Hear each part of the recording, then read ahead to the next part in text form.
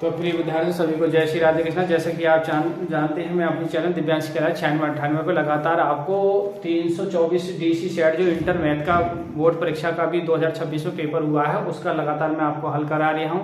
आप देख सकते हैं हमारे स्क्रीन पर ये 324 डीसी का सेट है और इसके हम कल क्वेश्चन जो है वो 5 के का और खा तक हल कर चुके हैं। तो आज क्वेश्चन नंबर हम 5 के गा का क्वेश्चन को हल करेंगे। तो क्वेश्चन 5 गा मैं आपको पहले पढ़ के सुना दूं। एक रेखा युग्म है, रेखा युग्म r बराबर 3i प्लस 2j माइनस के 4k plus lambda i plus 2j plus 2k। दूसरी समीकरण तथा 5i माइनस के 2j plus mu 3i plus 2j plus 6k के बीच का कोण ज्ञात करना है। दोनों रेखाओं के बीच का कोण ज्ञात करना है। तो बढ़िया क्वेश्चन है, आइए हम इस क्वेश्चन को हम देखते हैं। इस क्वेश्चन का तो देखिए, मैं आपको बता दूं कि हमें जब कोण निकालना होता है तो ये लैम्डा के जो गुणांक है वो b1 और म्यू के गुणांक है वो b2। बस यहां से मतलब है हम कोण निकालेंगे। यानी यहां आप देख सकते हैं जो पूरी समीकरण होती है उसकी तुलना करते हैं हम a1 प्लस लैम्डा b1 से, और दूसरी समीकरण की तुलना करेंगे हम a2 प्लस म्यू b2 से। तो यहां से b1 की जो वैल्यू है वो i plus 2j plus 2k है, और b2 की जो वैल्यू है आपकी वो 3i प्लस के 2j और प्लस के 6k है। हमें कोण चाहिए तो कोण बीच का जो कोण है वो cos थीटा से निकालेंगे। सूत्र क्या होता है b1 डॉट b2 बटे b1 का मॉड और b2 का मॉड, और सबके मॉड कर देते हैं कि कोण अगर माइनस में आ जाए तो इससे हम प्लस में, देखो कोण एंगल में नेगेटिव में नहीं होगा तो यहां से डायरेक्शन को शो करता है, नेगेटिव में नहीं होता। तो b1 देखिए i plus 2j plus 2k dot 3i plus के 2j और प्लस के 6k। अब देखिए इसका डॉट प्रोडक्ट करेंगे हम, cos ऑफ थीटा बराबर, तो इसका b1 का मॉड निकालेंगे यानी 1 प्लस 2 का स्क्वायर 4 प्लस 4, ऐसे ही इसका लगाएंगे 3 का वर्ग 9, 2 का 4, 6 का 36 सबका मॉड। अब देखिए इनकी डॉट प्रोडक्ट करेंगे तो i की i से करेंगे और j की j से करेंगे तो cos थीटा बराबर क्या आ जाएगा। देखिए cos थीटा बराबर आएगा 1 की यानी 3 का 3, 2 दूनी 4 और 6 दूनी 2 छक्का 12, और बटे ये कितना हो गया देखिए 9, और ये कितना हो जाएगा 4 4 8 1 9, और ये हो गया 4 40 यानी 49 हो जाएगा। तो जुड़ के देखिए 12 4 16 3 19, और नीचे कितना जाएगा 3 गुणा 7, तो कितना हो जाएगा 19 बटे 21। ये किसका मान आ गया cos थीटा। अगर थीटा का मान निकालें तो क्या आ जाएगा cos इनवर्स 19 बटे 21। बहुत बढ़िया क्वेश्चन है, आप देख सकते हैं इसको। ठीक है, 5 नंबर का ये क्वेश्चन है इंटरमीडिएट में। आज विद्यार्थी क्वेश्चन चलते हैं हम 5 के घा की ओर। 5 का घा है निम्नलिखित व्यवरोधक के अंतर्गत z बराबर 3x प्लस 2y का न्यूनतमीकरण ग्राफ की दिशा लीजिए और x प्लस वाई बराबर greater equal 8, 3x plus 5y less than equal 15 और x greater equal 0, y greater equal 0। आइए इसका हल देखते हैं। देखिए जो समीकरण है हम बराबर लिखेंगे x प्लस वाई बराबर 8। निम्न अवरोधों को समीकरण के रूप में लिखेंगे। निम्न अवरोधों को समीकरण के रूप में लिखने पर, तो यहां से x, अब देखिए 8 से हम क्या करेंगे भाग करने पहले, x बटे 8 और y बटे 8 बराबर 1। अब इसके देखिए x अक्ष पे जो बिंदु हो जाएंगे, बिंदु x अक्ष पर होगा 8,0 तथा जो y एक पॉइंट कैसे, तथा जो y अक्ष पर होगा वो 0,8। अच्छा दूसरी समीकरण से एक कह दो आप, दूसरी समीकरण हमारे 3x प्लस के 5y और बराबर 15। 15 से भाग करेंगे तो 3x बटे 15 और 5y बटे 15 बराबर 15 बटे 15। तो यहाँ से 3 से 5 बार, 5 से 3 बार, 15 से 15 1 बार, ये बात 2 आया। तो x बटे 5 प्लस y बटे 3 बराबर 1। अब इसके बिंदु जो बिंदु आएंगे वो आप देख सकते हो 5,0 C कह दो और तथा D कह दो 0,3। अब देखिए यदि इन समीकरणों को हल करेंगे आप, एक कॉमन पॉइंट ढूंढना चाहें आप, तो यहां से समीकरण का मान जो है वो x इधर भेज दो। कॉन्टैक्ट पॉइंट निकालना चाहें आप तो कैसे निकालेंगे, देखिए ध्यान दो भाई, x की गुणा क्या करें हम, 3 से गुणा कर दो इसको, तो 3x इधर मैं दिखाऊंगा आपको, 3x प्लस 3y बराबर 3 अट्ठे 24, ये बात 3 आई। और ये दो समीकरण हमारे 3x प्लस के 5y बराबर है 15, ये दो बात। अब इसे घटा दो, जब घटाओगे तो ये माइनस ये माइनस ये माइनस ये कट जाएगा, 3 में से 5 गए तो माइनस के 2y, और 24 में से 15 घटेंगे तो आपके क्या बचेंगे 9, तो जो y की वैल्यू आ जाएगी वो 9/2 आएगा। y का मान उठा के कोई एक समीकरण में रखते हैं आप, तो x प्लस y कर ली बराबर 8 है, तो x इसकी जगह हम रखेंगे 9/2, तो यहाँ से इधर ले जाएंगे कॉन्टैक्ट पॉइंट, तो 8 प्लस 9/2, 2 16 प्लस के 9/2, तो कितना हो जाएगा ये 25/2। तो जो प्रतिच्छेद बिंदु एक प्रकार से है, प्रतिच्छेद बिंदु वो आपका आएगा 25/2 और कॉमा 9/2। तो हमने बिंदु निकाले, आप ये देख सकते हैं, ये बिंदु है हमारे पास, ये हाईलाइट कर दे रही हूं मैं, और ये एक बिंदु ये कॉन्टैक्ट पॉइंट। तो अब मैं इसको दूसरी साइड पे यानी इसे मिटाना पड़ेगा, तो अब इसका मैं ग्राफ बना के दिखाता हूँ मैं आपको। बिंदु आप नोट कर सकते हैं, ये बिंदु है हमारे 8,0, फिर है 0,8, और एक बिंदु है हमारा 5,0, एक है 0,3, और एक है आपका 25/2 और माइनस के 9/2। कॉन्टैक्ट पॉइंट ये निकाले, 3 से 3 घटे, 3 में से 5 घटेंगे माइनस के 2y बचेंगे, और 24 में से 15 घटेंगे तो 9 बचेंगे, तो यहाँ से जो है वो y की वैल्यू माइनस के 9/2 आ जाएगी, और y का मान यहाँ रखेंगे, देखिए माइनस के 9/2, तो 9 इधर जाएंगे, प्लस को जाएंगे, 2 अट्ठे 16 और 9 16 9 25 जोड़ सकते हैं, आप देख सकते हैं।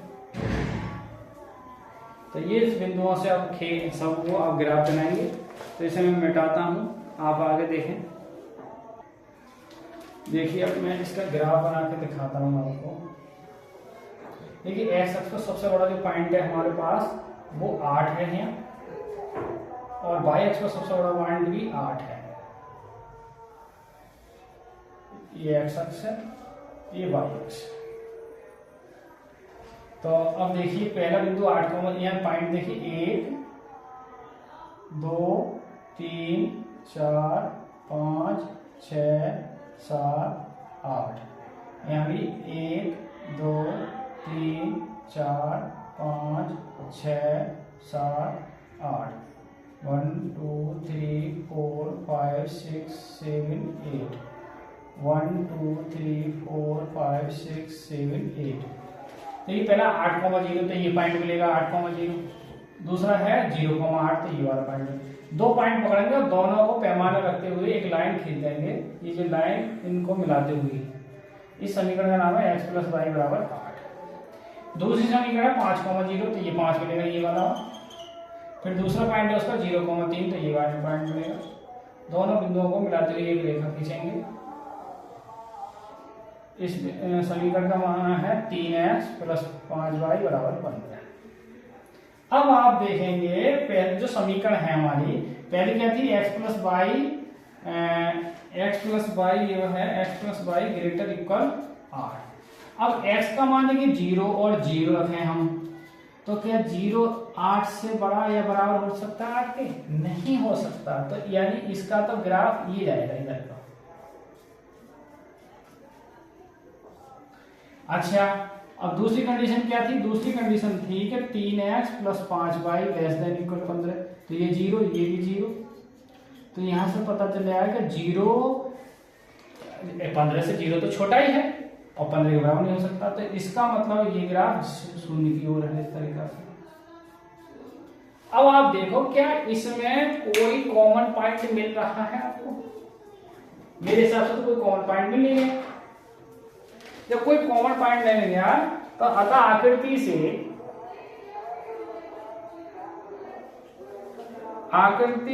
में कोई ऐसा बिंदु नहीं है नहीं है जो सभी व्यवरोधों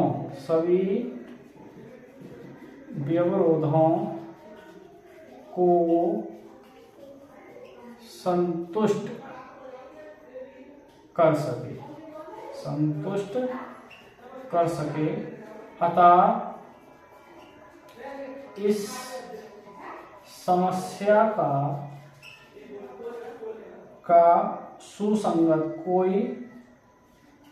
सुसंगत हल नहीं है।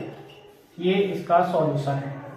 ठीक है, तो आप देख सकते हैं बढ़िया सवाल था ये। एक क्या है, रैखिक प्रोग्राम से जो चैप्टर नंबर आपका 13वां है, शायद 12वां है रैखिक प्रोग्राम का, तो उससे ये सवाल आया हुआ है। बढ़िया क्वेश्चन था, बोर्ड परीक्षा में मैंने आपको ये नोट करा दिया, तो आप देख सकते हैं इसे। आइए जाके क्वेश्चन चलते हैं हम 5 के डाकी और प्रश्न में 5 आया, यदि a का मान है 2 3 1 -4 b बराबर 1 2 माइनस के 2 माइनस के 1 3 और हो तो ab का इनवर्स ज्ञात करने। आइए इसका हल देखते हैं। देखिए ab निकालेंगे हम, a का मान है 2 3 1 4 और b का मान है 1 2 1 3। मल्टीप्लाई करेंगे इसकी तो 2 एकम 2 2 गुणा 1 और 3 प्लस के 3 गुणा -1। अब इसकी गुणा यहाँ करेंगे तो 2 गुणा -2 प्लस 3 गुणा 3। अब यहाँ एक ही गुणा करेंगे तो 1 गुणा 1 और प्लस 4 की गुणा करेंगे हम -1 से। तो यहाँ पर गुणा करेंगे, देखिए 1 की गुणा करेंगे -2 से, 1 गुणा -2 और माइनस प्लस 4 गुणा 3 गुणा -4 ऐसा। तो देखिए कितना हो गया, 2 एकम 2 माइनस के 3 और 2 दूनी 4 3 तिया 9 1 एकम 1 और प्लस के 4 2 एकम 2 और 4 तिया 12। तो कितना हो गया, देखिए माइनस का 1 और ये हो गया 9 में से 4 घटे 5 और ये भी 5 हो गए और ये माइनस के कितने हो गए 14। ये क्या आ गया, ए बी। अब इसका क्या निकालोगे आप, ए बी का मॉड निकालोगे तो देखिए क्या आएगा, 14 एकम 14 यानी 1 गुणा 14 माइनस है और 5 गुणा 5। तो ये हो जाएगा आपका 14 एकम 14 और ये 5 बजे 25। तो घटते कितने आएंगे, माइनस के 11। ए बी का मॉड आ गया। अब हमें चाहिए एडजॉइंट ए बी। तो एडजॉइंट ए बी यानी एडजॉइंट का मतलब सहखंडज आव्यूह A B. Adjoint A B का मतलब हो गया ADJ, adjoint A B. Short लिख देते हैं एडजॉइंट को। तो जो एडजॉइंट जो आया ए बी, इसको हम क्या कर देंगे, मतलब मूल आपका एक वेक्टर है इसको चेंज कर देंगे और इनमें दोनों में क्या कर देंगे, हम माइनस लगा देंगे। भाई मूल को हम चेंज करेंगे और इन दोनों में क्या लगा देंगे, हम माइनस। या आप ऐसे समझो, पहले इसको हम ए बी का डैश निकालें तो ये हो जाएगा आपका 1 5 और 5 माइनस के 14। मतलब चेंज कर दिया, माइनस का 1 5 और 5 माइनस के 14। लेकिन एक मिनट, अब आपका ए भी निकालना है, एडजॉइंट निकालना है। तो एडजॉइंट का मतलब है, देखिए